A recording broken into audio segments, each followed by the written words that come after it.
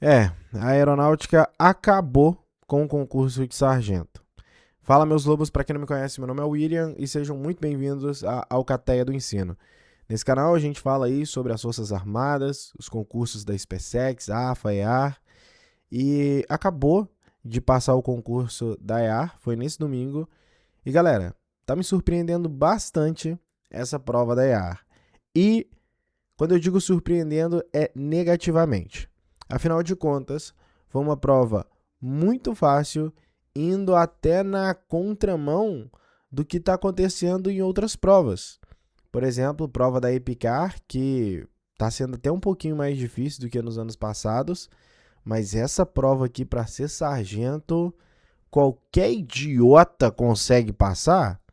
Pô, não é para tanto, beleza? Eu sei que nos comentários vai ter uma galera muito radical aí falando, porque os comentários mais radicais que conseguem mais engajamento e tudo mais, isso é normal. Só que essa não reflete a minha opinião, tá? De que agora as pessoas mais despreparadas vão ser aprovadas, a procura está sendo menor, ninguém mais quer ser sargento da aeronáutica. Olha, eu acredito sim que ainda tem muitas pessoas que querem entrar na carreira militar, que querem se tornar sargento da Força Aérea Brasileira, mas essa prova ela me preocupa um pouco, porque ela começa a ser uma prova ruim de ser feita. E eu vou provar o meu ponto aqui para vocês. Eu tô com ela aberta aqui, inclusive essa questão aqui que já vai ser anulada, né? Provavelmente, porque a raiz teria que estar embaixo apenas do 2, mas está embaixo do 2i. Essa questão 29 foi uma das únicas questões aqui, ó, que eu gostei da prova de matemática da EAR. E eu sempre senti que a prova da EAR era uma prova de decoreba. Então você tinha que decorar um assunto e depois que você decorasse uma fórmula ali, você conseguia aplicar essa fórmula e resolver a questão. Então eu não sentia aquela firmeza, acho que agora a câmera firmou. Eu não sentia aquela firmeza no concurso da EA, porque não tinham questões que você tinha que pensar muito para resolver. Bastava você aplicar uma simples fórmula que você conseguia se safar. Dando um exemplo mais concreto do que eu estou querendo dizer, nessa questão aqui 47, a gente se depara com o quê? Uma questão envolvendo um círculo e aqui nós temos um ângulo inscrito. Esse ângulo inscrito aqui é um ângulo que vale 35 graus. E ele está perguntando quanto que vale o menor arco com extremidades em AC. Ou seja, quanto que vale esse arco AC aqui? Bom, você tinha que saber duas coisas. Primeiro, que quando nós temos um triângulo inscrito numa semicircunferência, ele é um triângulo retângulo. Você tinha que saber isso aqui.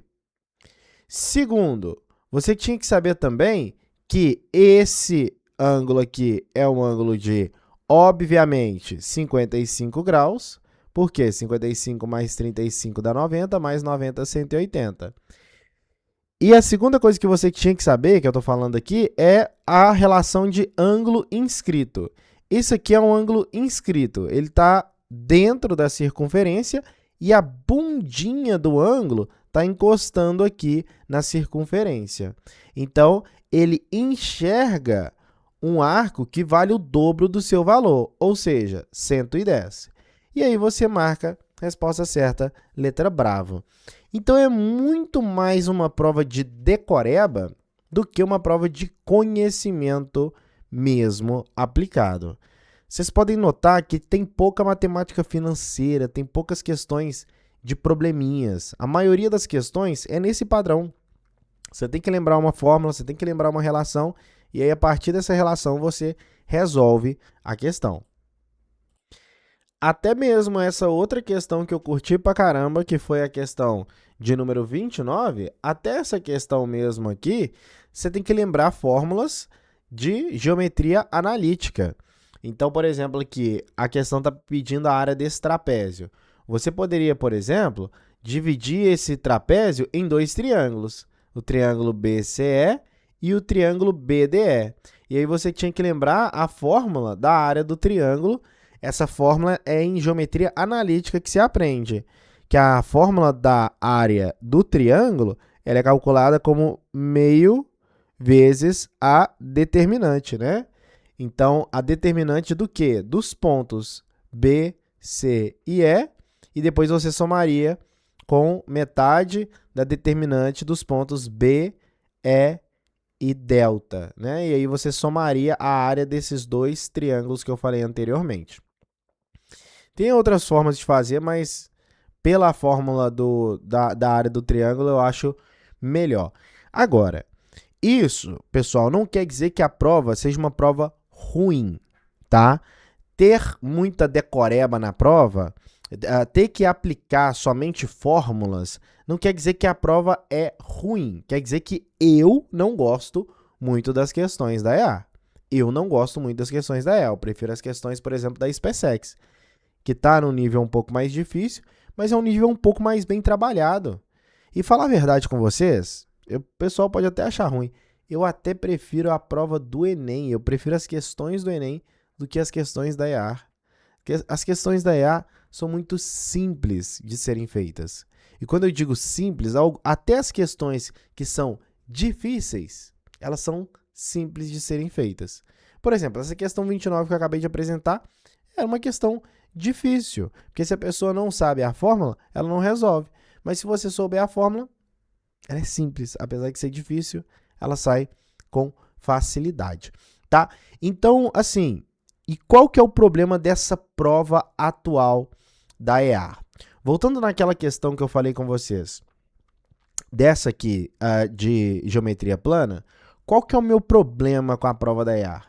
Há um tempo atrás, eles cobravam, né? Não é nem cobraram, não, cobravam ângulo excêntrico. O que seria o ângulo excêntrico? Vamos supor que eu tenho aqui, olha, esse ângulo valendo 10 graus, esse arco aqui, ele vale 30 graus, quanto que vale esse outro arco aqui? E aí você precisava saber uma fórmula muito específica de ângulo excêntrico. Aqui no caso, é um ângulo excêntrico exterior. Então você teria que calcular esse ângulo excêntrico exterior, que eu vou chamar de Ezinho, é nada mais nada menos que o arco AC menos o arco BD dividido por 2. Isso é uma fórmula que tem ângulo excêntrico. E poucas pessoas conhecem essa fórmula. Já essa outra aqui é uma fórmula de ângulo inscrito. Ela é muito mais conhecida do que essa outra fórmula aqui. Então, até nas questões que eu já criticava que é decoreba, elas estão ficando mais fáceis. Porque a gente traça paralelos com as provas anteriores da EA e a gente consegue, de todas as matérias, ver questões mais difíceis, tá bom?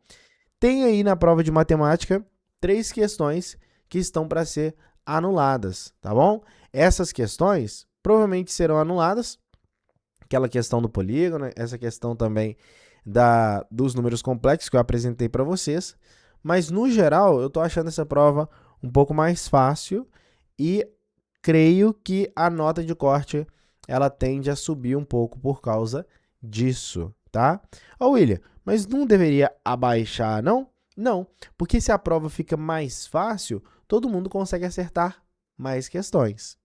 Sem contar as questões anuladas, porque quando tem questão anulada, todo mundo ganha ponto. Então, a nota de corte, ela sobe um pouco, tá bom? Então, muita gente fica torcendo aí para a aeronáutica vir, ou a EAR vir cobrando uma prova mais tranquila, e na hora que vem uma prova mais tranquila, a nota de corte, ela tende a aumentar. Então, sua nota, consequentemente, tem que ser maior, tá bom? Bom, essa foi minha visão geral aqui sobre a prova da EAR, mais focado na parte de matemática. Se você gostou do vídeo, deixa o like. Se você não gostou, deixe seu dislike.